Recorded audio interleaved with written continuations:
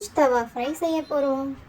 பூண்டு, மிளகு, வரமிளகாய், சீரகம், கருவேப்பிள்ளை, மிளகாய்த்தூள், எண்ணெய், தேவையான அளவு உப்பு சேர்த்து கொஞ்சம் நீர் விட்டு நல்லா ஃபைன் பேஸ்ட்டாக அரைச்சிக்கலாம்.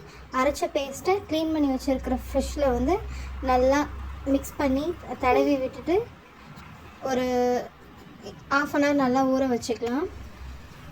ஊற வச்ச ஃபிஷ்ஷை வந்து ½ அன் ஹவருக்கு அப்புறம் பொரிச்சா ரொம்ப டேஸ்ட்டாக இருக்கும். உப்பு மசாலா எல்லாம் உள்ளே இறங்கி சாப்பிட்றதுக்கு நல்லாயிருக்கும். ஸோ அதனால் கண்டிப்பாக ஒரு ½ அன் ஹவர் ஆகுது நல்லா ஊற வச்சுக்கணும். அடுப்பில் வந்து தவா வச்சுக்கலாம். தேவையான அளவு எண்ணெய் ஊற்றிட்டு ஃபிஷ்ஷை வந்து போட்டுக்கலாம். ஆனால் ஃபிஷ்ஷை வந்து உடனே நீங்கள் திருப்பிட்டிங்கன்னா அந்த தோலெல்லாம் பிஞ்சிட்டு மசாலாலாம் ஒட்டிட்டு இதாயிரும். ஸோ அதனால் வந்து கண்டிப்பாக ஒரு 5 மினிட்ஸ் கழிச்சாவது நீங்கள் திருப்பி போட்டுக்கணும். ஸோ இப்படியே ஒவ்வொரு டைமும் மாற்றி மாற்றி திருப்பி போட்டுட்டு ஒரு 10 நிமிஷத்துக்கு அப்புறம் எடுத்தால் மேலே நல்லா கிறிஸ்பியாக இருக்கும். உள்ள நல்லா